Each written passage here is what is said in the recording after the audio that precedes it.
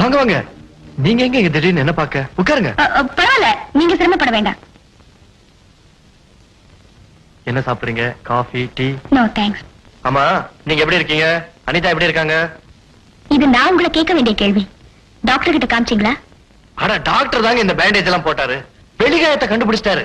உள்காயத்தை கண்டுபிடிக்க கொஞ்சம் லேட் ஆகும்னு சொன்னாரு. என்ன பண்றதுங்க, எல்லாம் விதி. மோட்டார் சைக்கிள்ல போயிட்டு இருந்தேன்னா ஒரு சின்ன பையன் குறுக்க வந்தான். பிரேக் போட்டா ஸ்கிட் ஆயிடுச்சு. சாரிங்க. அட நீங்க எதுக்குங்க சாரி சொல்லணும்? ஆக்சிடென்டா சர்வ சாதாரணங்க. இல்லைங்க, உங்களுக்கு ஏன் இந்த கதி ஏற்பட்டதுங்கிற காரணம் எனக்கும் அனிதாவுக்கும் தாங்க தெரியும். உங்களுக்கு தெரியுமா? ஆமாங்க, நாங்க கண்ணாலேயே பார்த்தோம். எங்க பஸ் ஸ்டாப்லயா?